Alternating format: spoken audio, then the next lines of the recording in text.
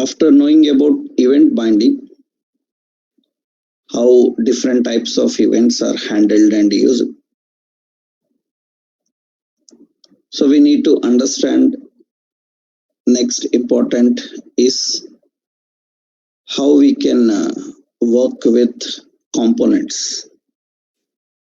So we need to understand about the component hierarchy. So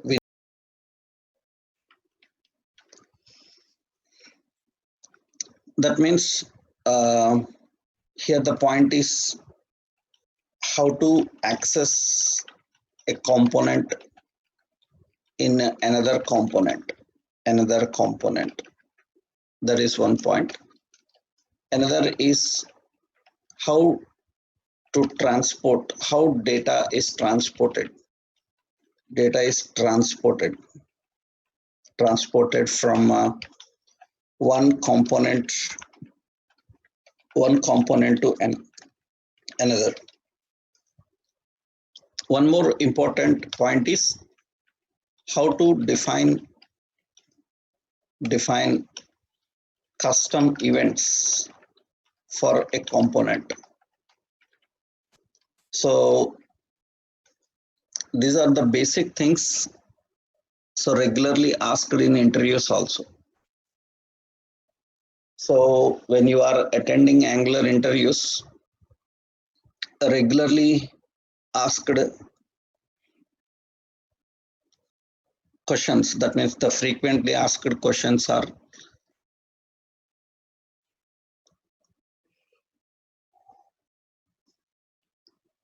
how to access a component in another component, how data is transported, how to define custom events and all. For experienced people, generally when they are attending interviews, these questions are very common. You can expect that almost in every interview, they will ask you about this. So basically, we need to understand the general approach here, how we can define them. Because in single page applications, already we learned that generally single page application,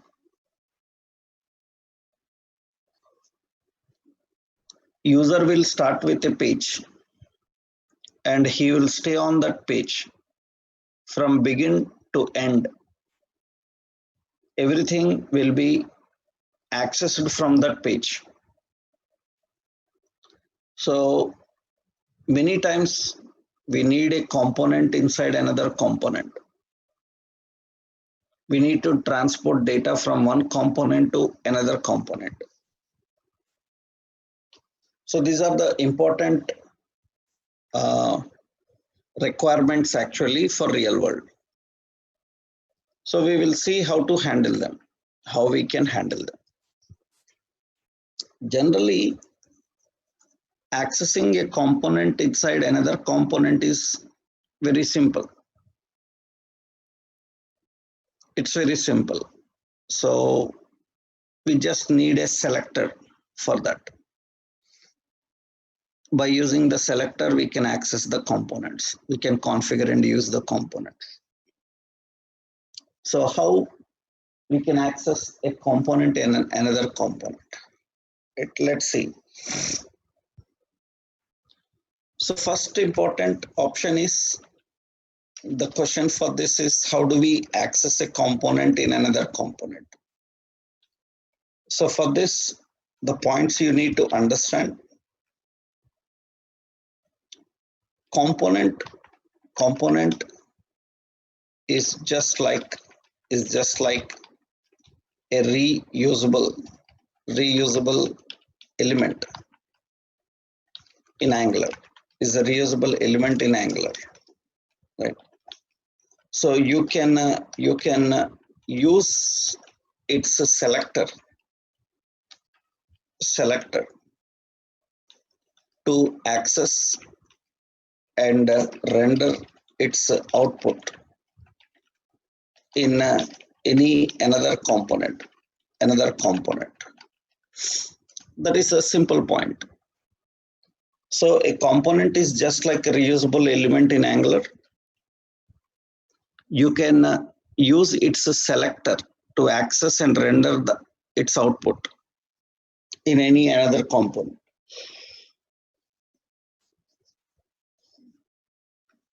That means, for example, we have a parent component. That is the parent component selector. Parent component. So inside this parent component, we need to just access the child component. We need to just access the child component. Child component means we need to just use its selector. So then that component will be rendered inside it. So this is a simple thing, how we can access a component inside another component. It can be any multi-level. Inside child component, you can access another component.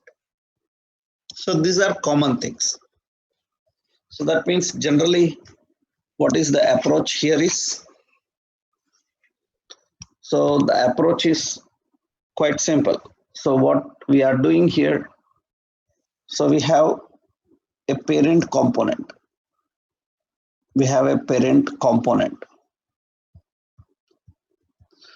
And this is the parent component. We have child component. So we have child component. Child component is having its own design and functionality. I want to access that component inside it. Then usually child component will have a selector.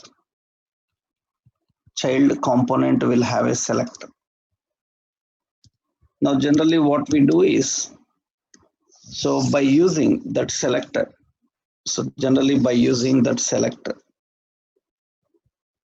we can access the component, and by using the selector we can access the component and we can use that component in another component.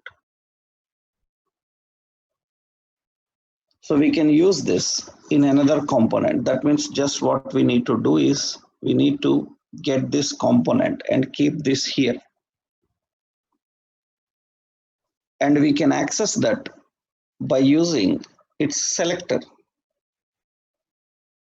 A component can be accessed in another component. That is very simple. But the challenging is, so suppose in the child component, you have a login, you entered user ID and you entered password. This data need to be sent to the parent component. From parent component, data need to be passed into child component. This is the challenging part for us, because it is not simply that you declare a variable and access in another component. So after this, I will explain you component hierarchy, means component cycle. Then you will understand how component starts, how component ends. So what are the various phases of components also. So here one component, from one component to another component, data is not directly accessible. That you will see that. Then we need to implement some important techniques for doing so. Let's see how we can manage this now. So for this first basic approach means how we can add and access the component in another component. So here I'm configuring a simple component design here. Let's add, so two components here. I'm adding ng generate